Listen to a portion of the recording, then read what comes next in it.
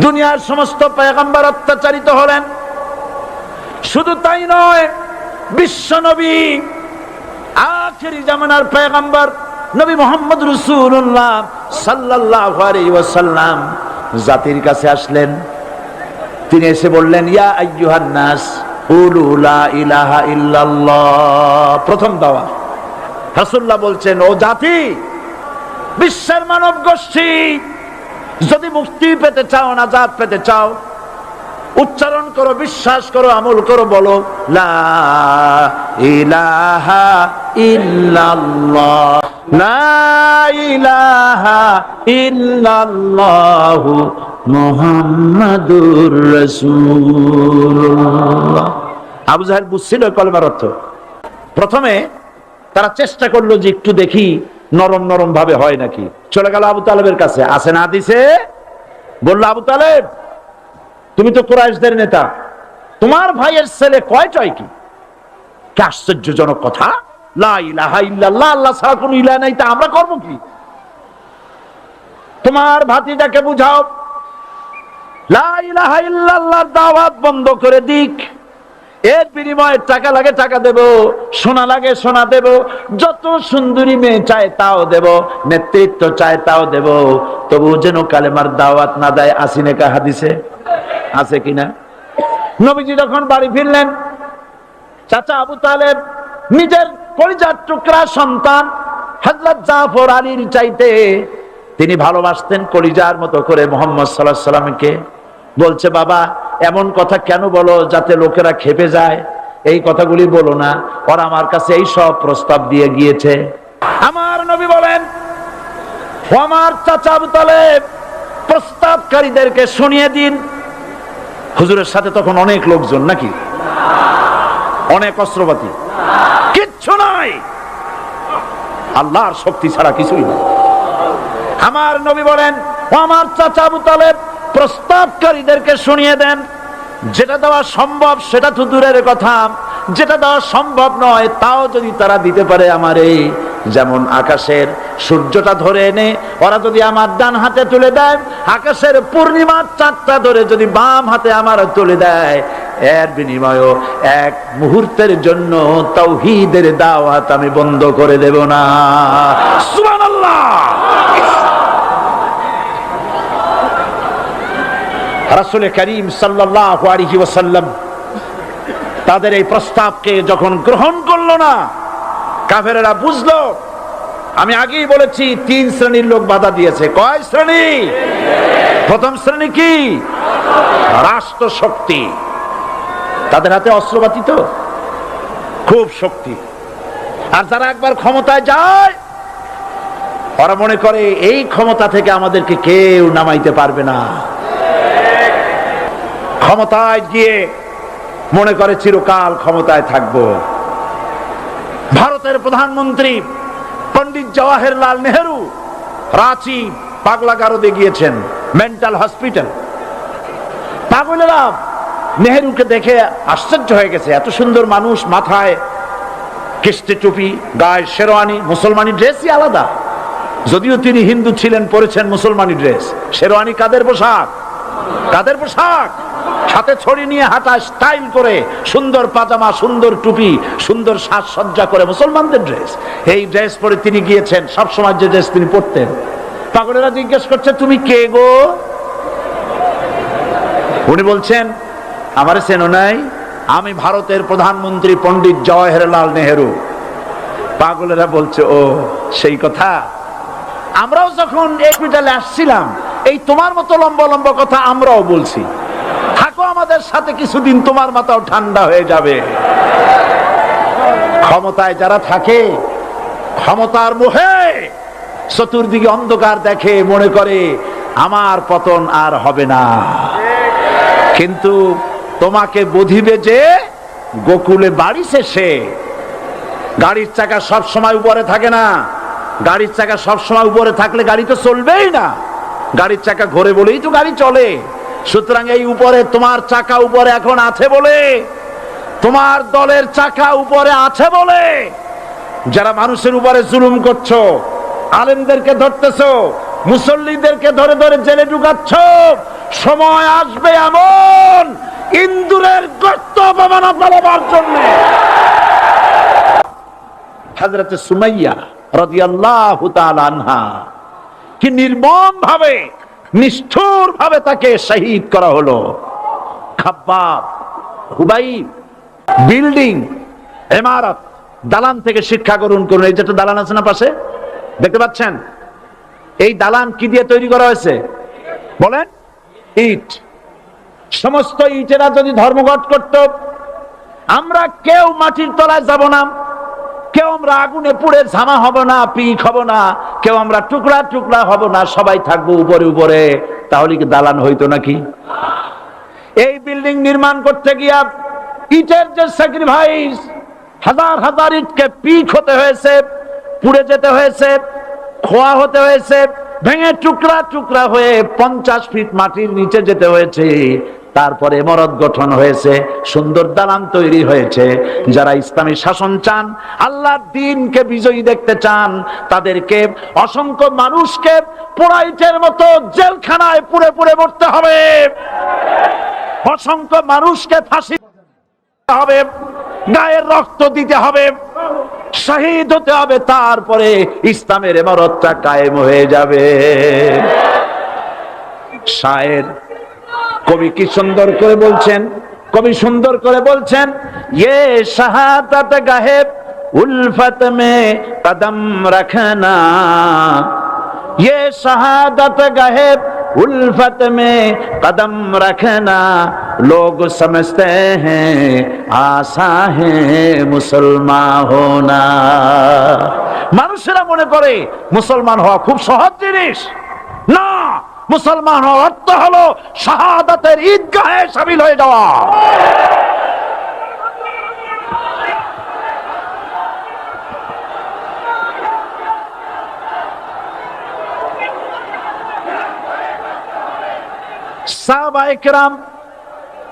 সাহাবায়ে কেরাম মার খেলেন, এবার স্বয়ং আল্লাহর নবীর গায়ে হাত তুলল। আবু জাহেল এসে হুজুরকে মারলেন, গলায় চাদর দিয়া এমন জোরে টান মেরেছে, রাসূলুল্লাহ পড়ে গিয়েছেন। হাদিসে এসেছে হুজুরের চোখ মোবারক ঠিকরে পড়ে যেতেছে, চেহারা মোবারক লাল হয়ে গিয়েছে, জমিনের উপর আছাড় মেরে ফেলেছে।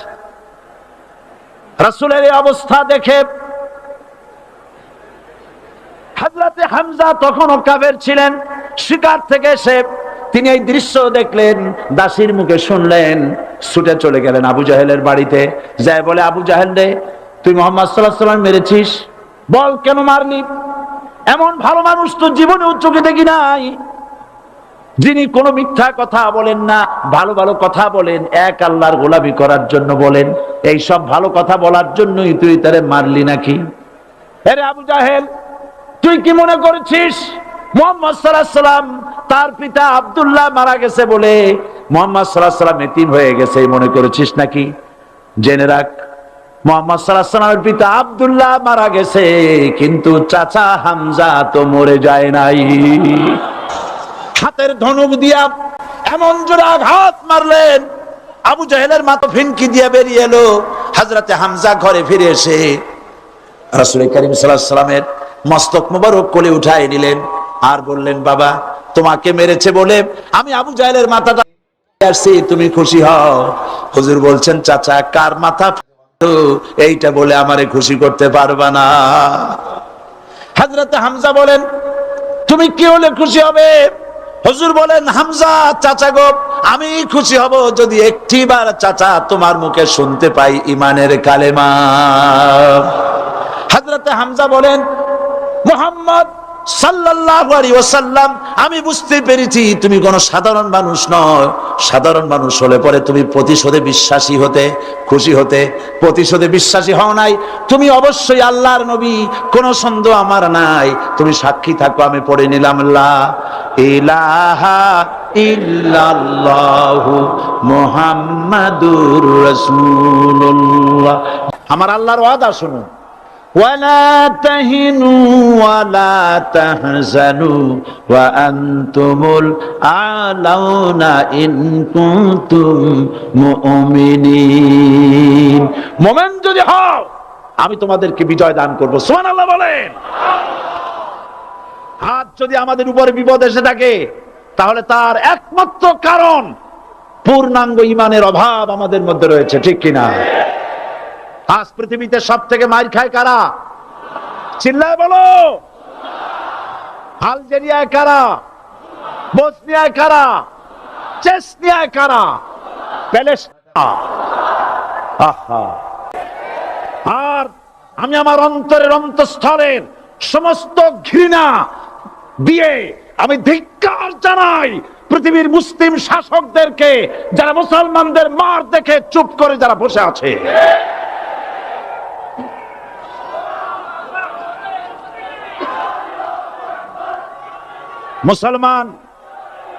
মুসলমান যদি মুসলমানের মতো হয়, 10 জন যথেষ্ট। কয়জন যথেষ্ট? কোথায় আছে কথা? আল্লাহ পাক কোরআন শরীফের মধ্যে বলেছেন, একজন যদি হও ইমানদার মুত্তাকি, 10 জনের উপরে বিজয়ী হবে। 10 জন যদি হও 100-র উপরে বিজয়ী হবে। 100 যদি হও 1000-এর উপরে বিজয়ী করবো। জোরে বলেন সুবহানাল্লাহ। কবি বলতেছেন, ফিজায়ে বদরে পয়দা কুন ফেরেশতে তেরি নুসরত কো উতর সকতে গর্দু সে কতর অন্দর কতর আবি। বদরের মুসলমানদের মতো ঈমান আনো, তাহলে আকাশ থেকে কাতারে কাতারে ফেরেশতা নাজিল করে দিয়ে আল্লাহ পাক তোমাদেরকে সাহায্য করবেন। সুবহানাল্লাহ। সে আল্লাহ আছে না নাই?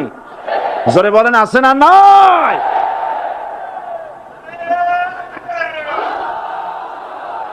সেই আল্লাহ রাব্বুল আলামিন কোরআনে কারীমের ভিতরে আয়াতুল কুরসির মধ্যে বলে দিয়েছেন, আল্লাহু লা ইলাহা ইল্লা হুয়াল হাইয়ুল কাইয়্যুম। প্রাণ খুলে সবাই পড়েন, বসা মানুষ, দাঁড়ানো মানুষ। আল্লাহু লা ইলাহা ইল্লা হুয়াল হাইয়ুল কাইয়্যুম। আল্লাহ রাব্বুল আলামিন, তিনি ছাড়া কোনো ইলাহ নাই, তিনি সার্বভৌমত্বের মালিক, কেউ নাই আল্লাহ ছাড়া। এই কথা মানুষকে ঘোষণা করতে হবে। বাধা, এই কথা বললেই বাধা দেবে কয় শ্রেণীর লোক? 3 শ্রেণী। প্রথম শ্রেণী হচ্ছে কে? রাষ্ট্রশক্তি। আজও তারা বাধা দিচ্ছে। আল্লাহর আইন দিয়ে দেশ চালাও, তারা তাদের মন মর্জি মোতাবেক আইন দিয়ে দেশ চালাবে। আল্লাহ পাক বলছেন, আলা আলাহুল খালকু ওয়াল আমরু। সৃষ্টি যার, আইন চলবে তার। কারো বাবার আইন চলতে পারে না, নিজেদের তৈরি করা আইন চলবে না। ইনিল হুকমু ইল্লা লিল্লাহ। একমাত্র আইন চলবে কার? এই আইন রাসূল করিম সাল্লাল্লাহু আলাইহি ওয়াসাল্লাম মদিনায় কোরআন দিয়ে প্রতিষ্ঠিত করেছিলেন। আল্লাহর বিধান, আল্লাহর সার্বভৌমত্ব কায়েম করেছিলেন। কোরআন সংবিধান হলো, চুরি বন্ধ হলো, ডাকাতি বন্ধ হলো, জেনা বন্ধ হলো, হত্যা বন্ধ হলো, ধর্ষণ বন্ধ হলো, সব কিছু বন্ধ হয়ে গিয়ে মুসলমানেরা শান্তি লাভ করলো, পৃথিবীর মানুষ শান্তি লাভ করলো। সুবহানাল্লাহ বিহামদিহি। আজ মুসলমানেরা শত্রু চেনে না, বন্ধু চেনে না। বন্ধুকে বানায়েছে শত্রু, শত্রুকে বানায়েছে বন্ধু। কে বন্ধু কে শত্রু চিনাই দিবেন কে? আল্লাহ। বলেন, কে দিবেন? আল্লাহ রাব্বুল আলামিন কোরআনে কারীমের মধ্যে পরিষ্কার করে বলেছেন, লাতাজিদান্না শাদ্দান নাসি আদাওয়াতান লিল্লাযীনা আমানুল ইয়াহুদা ওয়াল্লাযীনা আশরাকু। আল্লাহ পাক বলছেন, হে রাসূল, মানুষের ভিতরে 2টা শ্রেণী মুমিনদের জন্য সব থেকে জঘন্য দুশমন। কয়টা শ্রেণী? 2টা। একটা হলো ইহুদ, আর একটা হলো মুশরিক। একটা হলো ইহুদ, একটা হলো মুশরিক। এটা হলো তোমাদের দুশমন। আর আজ আমাদের দেশে, পৃথিবীর বিভিন্ন দেশে মুসলমানেরা মুশরিকদের সঙ্গে সম্প্রীতি বাড়াচ্ছে, মুসলমানদের সাথে শত্রুতা বাড়াচ্ছে। রাসূল করিম সাল্লাল্লাহু আলাইহি ওয়াসাল্লাম কোরআন প্রতিষ্ঠার জন্য আন্দোলন করেছিলেন। আয়াতুল কুরসি আমাদের সে কথাই শিখিয়েছে। আল্লাহ রাব্বুল আলামিন বলেন, আল্লাহু লা ইলাহা ইল্লা হুয়াল হাইয়ুল কাইয়্যুম। প্রাণ খুলে পড়েন আল্লাহু লা ইলাহা ইল্লা হুয়াল হাইয়ুল কাইয়্যুম। আল্লাহ হচ্ছেন তিনি যিনি ছাড়া কোনো ইলাহ নাই, আইনদাতা নাই, বিধানদাতা নাই। আমরা মানুষের তৈরি করা আইন মানি না। 12 কোটি মুসলমানের দেশে আইন তৈরি করবে মানুষ, আমরা মানব না।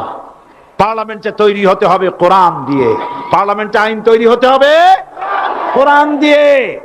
চট্টলার বীর চট্টলার মুসলমানেরা, বীর চট্টলার মুসলমানেরা স্বাধীনতার ঘোষণা এই চট্টগ্রাম থেকে স্বাধীনতার মহান ঘোষক প্রেসিডেন্ট জিয়াউর রহমান সাহেব দিয়েছিলেন।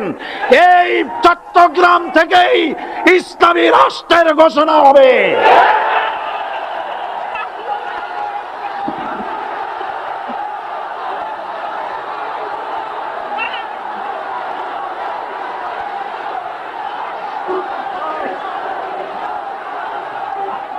আমি আশাবাদী আপনারা অবশ্যই তা পারবেন। আমি 100% বিশ্বাস করি ইনশাআল্লাহ। কারণ যে ষড়যন্ত্রের মোকাবেলা করে স্থানীয় রাজনৈতিক দলের নেতৃবৃন্দ কোরআনের মাহফিল সিনায় এনেছেন, আমি প্রথম দিনই বলেছি চট্টগ্রাম তাফসিরুল কোরআন মাহফিল কোন রাজনৈতিক দলের প্রতিনিধিত্ব করে না। এটা কোন জামাত শিবিরের একক সম্পদ নয়, এটা চট্টগ্রামের মুসলমানদের কলিজার টুকরা তাফসীরের মাহফিল। সুতরাং এই মাহফিল চট্টগ্রামে থাকবে ইনশাআল্লাহ কিয়ামত পর্যন্ত। 144 ধারা 288 হয়ে গেছে, ষড়যন্ত্র পায় পায় চলে গেছে। আমি ওই সব ছেলেদের বলি, সরকারি দলের ছাত্র হইয়া মুসলমানদের বিপক্ষে যাইও না। এদেশের ভাগ হয়ে গেছে দুটো শিবির, বোঝাই যাচ্ছে। একদিকে চাটা গোলাম নাস্তিক মোরতাদ শ্রেণীর বুদ্ধিজীবী এবং তাদের মদতপুষ্ট সরকার, আর একদিকে ইসলামী শক্তি, ইসলামী দল আর দেশ প্রেমিক জাতীয়তাবাদী শক্তি। একদিকে হিমালয় পাহাড় আর একদিকে সূচ ইঁদুর। আল্লাহ বিজয় দেবে মুসলমানদের। কাদের বিজয় হবে? 3 শ্রেণীর লোকেরা আল্লাহর কালেমায় বাধা দিয়েছে। কয় শ্রেণী?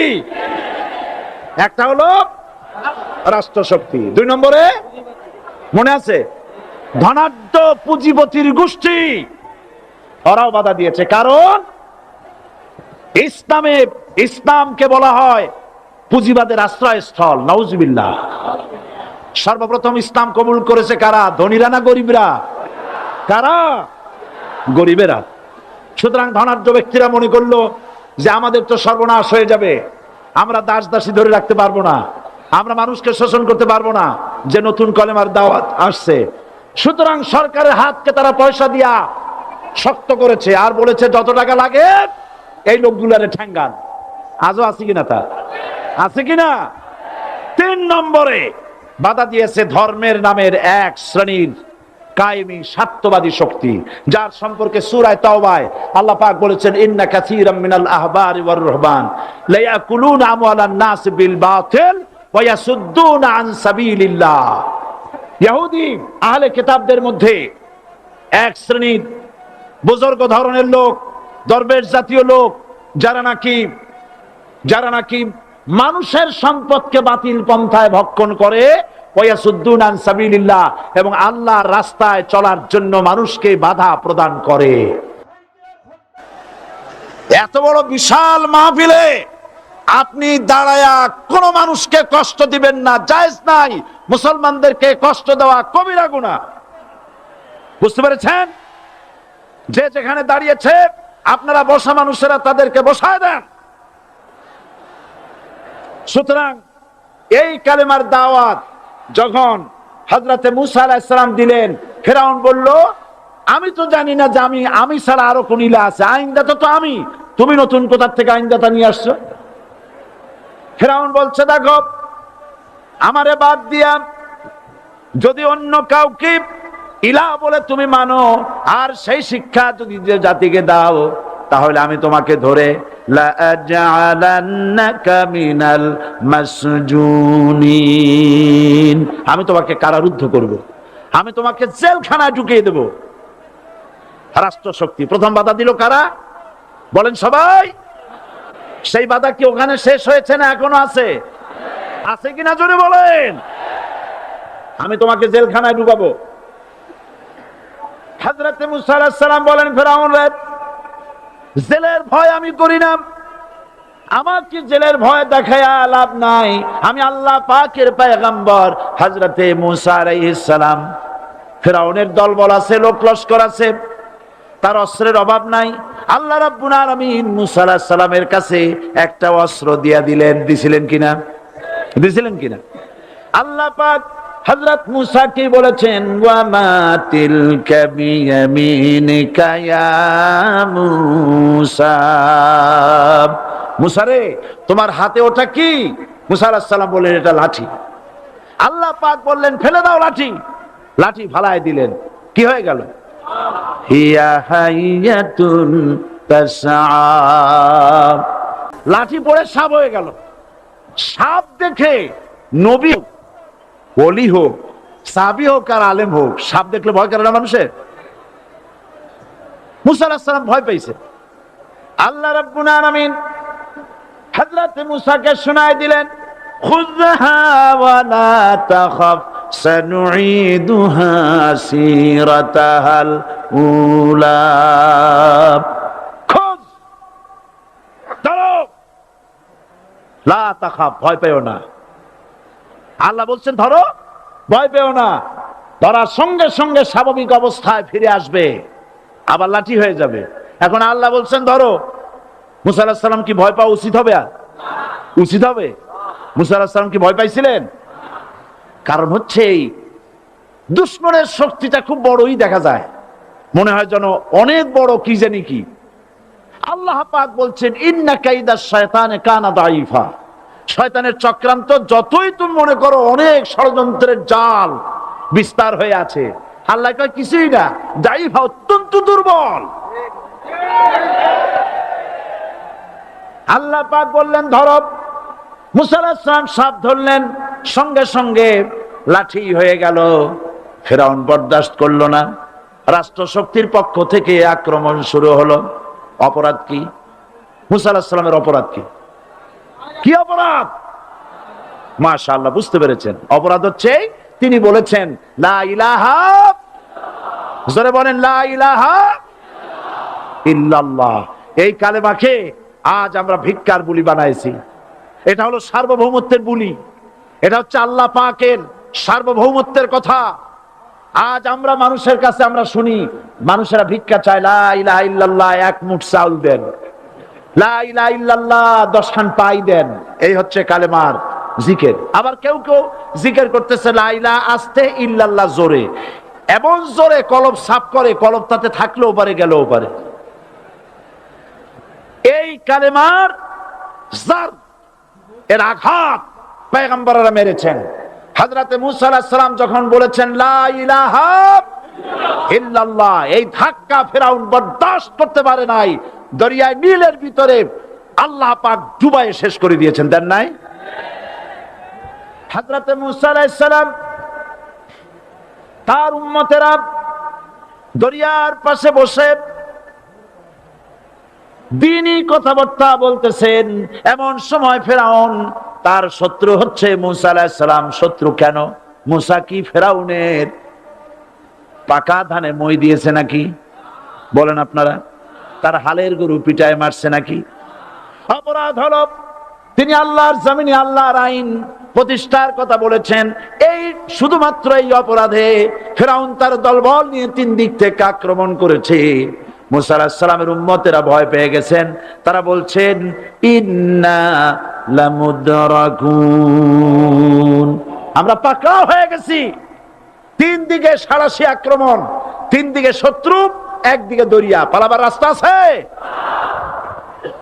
হযরত মুসা আলাইহিস সালাম ভয় পেয়ে গেলেন, সারেন্ডার করলেন না। হযরত মুসা আলাইহিস সালাম বললেন কাল্লা, কখনো নয়, ভয় পাওয়ার কোনো কারণ নাই। রব্বি সায়াহদিন, অবশ্যই আমার রব আমার জন্য রাস্তা করে দিবেন। ভয় পাইও না, আমার রব রাস্তা করে দিবেন। আল্লাহ রাব্বুল আলামিন হযরত মূসা আলাইহিস সালামকে অর্ডার করলেন, হাতের লাঠি দিয়া দরিয়ার উপরে আঘাত করো। হযরত মূসা আলাইহিস সালাম দরিয়ার উপরে আঘাত করলেন। রাস্তা ছিল দরকার একটার, এক বাড়িতে আল্লাহর হুকুমে লাঠি দিয়ে একটি আঘাত করার সঙ্গে সঙ্গে হযরত মূসার তার সঙ্গী সাথী দরিয়া পার হওয়ার জন্য দরিয়ার মধ্য দিয়ে আল্লাহ 12টা রাস্তা পয়দা করে দিলেন। সে আল্লাহ আছে না নাই? এত আসতে বলেন কেন? ভয় পাওয়ার কারণ আছে? রাষ্ট্র শক্তি বাধা দিয়েছে সমস্ত নবীদেরকে। কেন? নবীদের চরিত্র খারাপ? জোরে বলেন, নবীদের চরিত্র খারাপ? নবীদের চাইতে মাসুম বেগুনাহ উন্নত চরিত্রের মানুষ আল্লাহর আকাশের নিচে জমিনের উপরে আর হয় নাই। তোমরা যে সব নেতাদের পিছনে দৌড়াও, অমুকের সৈনিক, নেতা নেতা করে মরো, এইসব নেতা যাদের পিছনে দৌড়াও, এই নেতাগুলি, আমি জিজ্ঞেস করি আপনাদেরকে, এই নেতাগুলি জীবনে একবারও জেনা করে নাই। এ ব্যাপারে অনুসারীরা আপনারা কি নিশ্চিত? মিথ্যা কথা জীবনেও কয় নাই, প্রতারণা করে নাই, ঠাট্টা করে নাই, বিদ্রুপ করে নাই, মদ খায় নাই, মানুষ হত্যা করে নাই। কিসের নেতা? নেতা হচ্ছেন সেই ব্যক্তি যিনি বলেছেন, ও আমার স্ত্রীরা, ও আমার সাহাবীরা, রাতের আধারে আমার মধ্যে যা আচরণ দেখতে পাও, দিনের আলোতে আমার মধ্যে যা দেখতে পাও, সবগুলি খুলে খুলে মানুষের কাছে বলে দাও। তার নাম বিশ্বনবী মুহাম্মদ রাসূলুল্লাহ সাল্লাল্লাহু আলাইহি ওয়াসাল্লাম।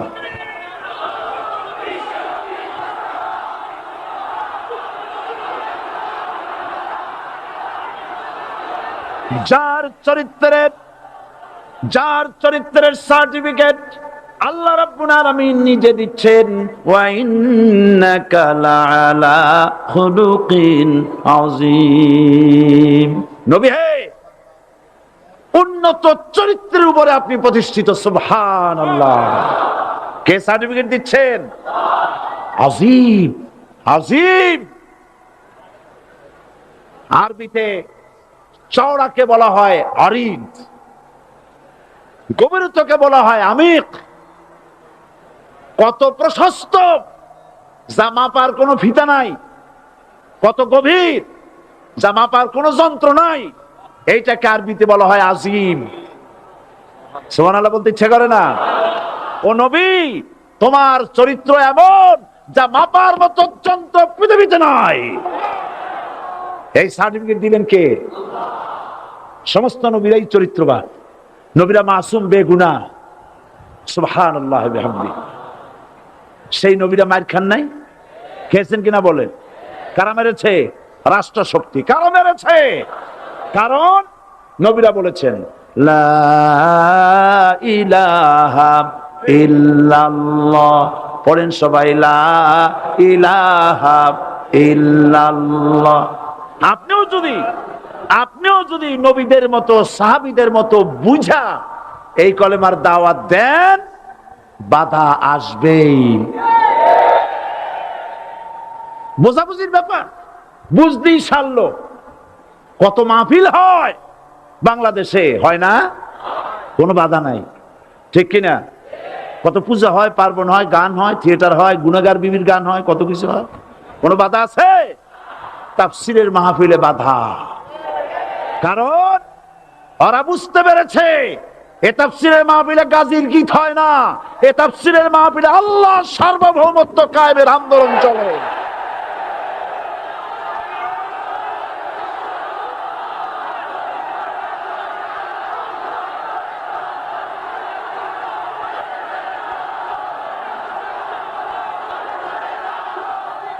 এবার দেখুন, এবার কলেমা বোঝেন। কালেমা বুঝুন। বঙ্গভবনের সামনে দাঁড়ায়া, গণভবনের সামনে দাঁড়িয়ে আপনি যদি কালেমার জিকির করতে থাকেন, লা ইলাহা ইল্লাল্লাহ, লা ইলাহা ইল্লাল্লাহ, লা ইলাহা ইল্লাল্লাহ, লা ইলাহা ইল্লাল্লাহ, 2-1 ঘন্টা, 2-4 ঘন্টা, দেখবেন অফিসাররা এসে বলবে, না জানি কোন খাজা বাবা আসছে, আসেন আসেন, নিয়ে খাইতে দেবে, হাদিয়া দেবে। যেহেতু যিনি পড়তেছেন উনি বোঝেন না কি বলতেছেন, আর যারা দাওয়াত দিয়ে নিয়ে গেল ওরা টের পাই নাই যে কি কি শুনে দাওয়াত দিতেছে। কিন্তু আপনি যদি বঙ্গভবন, গণভবন, সেক্রেটারিয়েট আর পার্লামেন্ট এর ভিতরে ঢুকে যদি বলেন, কোন মানুষের তৈরি করা আইন মানি না, কোন সরকারের সার্বভৌমত্ব স্বীকার করি না, কারো বিধান মানি না, কারো তৈরি করা আইনের সামনে মাথা নত করি না, আল্লাহ ছাড়া কারো বিধান মানি না, হাদিয়া আসবে, খাইতে দেবে, পকেটে টাকা দেবে, খাওয়াবে এক জায়গায় নিয়ে, কোন জায়গায়? লাল দালানে। বোঝাবুঝি পয়গম্বরেরা দাওয়াত দিয়েছেন আয়াতুল কুরসি ফরজ নামাজ পড়িয়া। দেখছি অনেকেই জামার বুতাম টুতাম খুলিয়া তারপরে জোরে একটা ফু দেন। অসুবিধা নাই, ফু আপনি দেন, কিন্তু কি পড়ে ফু দিচ্ছেন আপনি কি বুঝছেন কিছু? সুবহানাল্লাহ। বুঝলি কি এই চেহারা হয়? এতগুলো মানুষ লাগে নাকি বিপ্লব করতে, কালেমার রস কায়েম করতে? 313 জন মুসলমান যথেষ্ট পৃথিবীতে।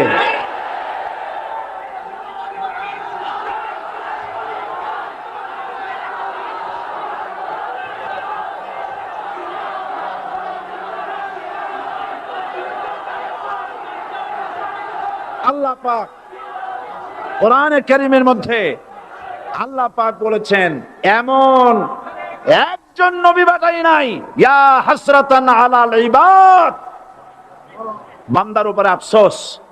আহারে, কে বলতেছেন? আমার আল্লাহ। বলেন আমার আল্লাহ। তিনি আফসোস করছেন, আফসোস।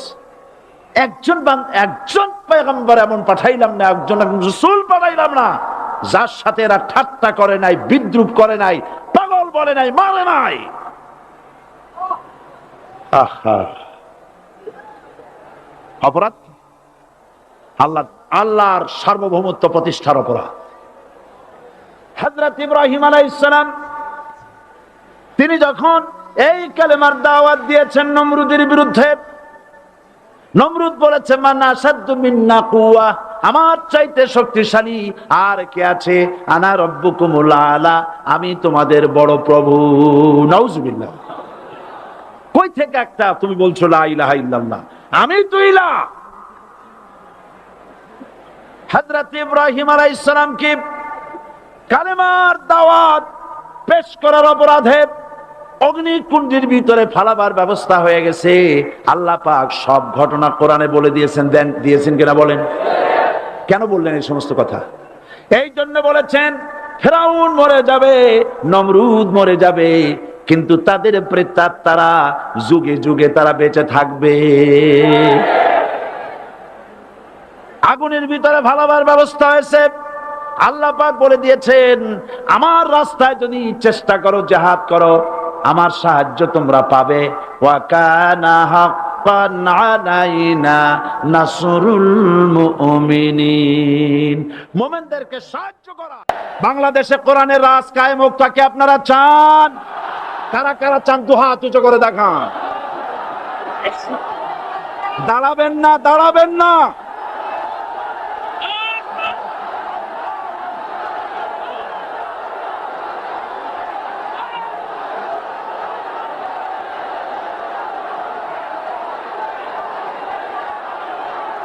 বসুন, বসুন, আবার বসেন, বসুন। জোরে সরে জিকির করেন, লা ইলাহা, আরো জোরে, লা ইলাহা, লা ইলাহা,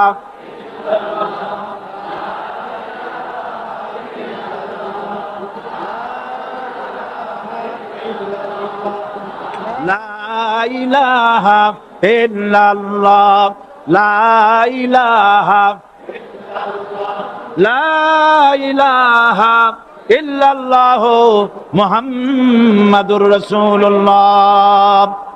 যারা যেখানে দাঁড়িয়েছেন বসুন।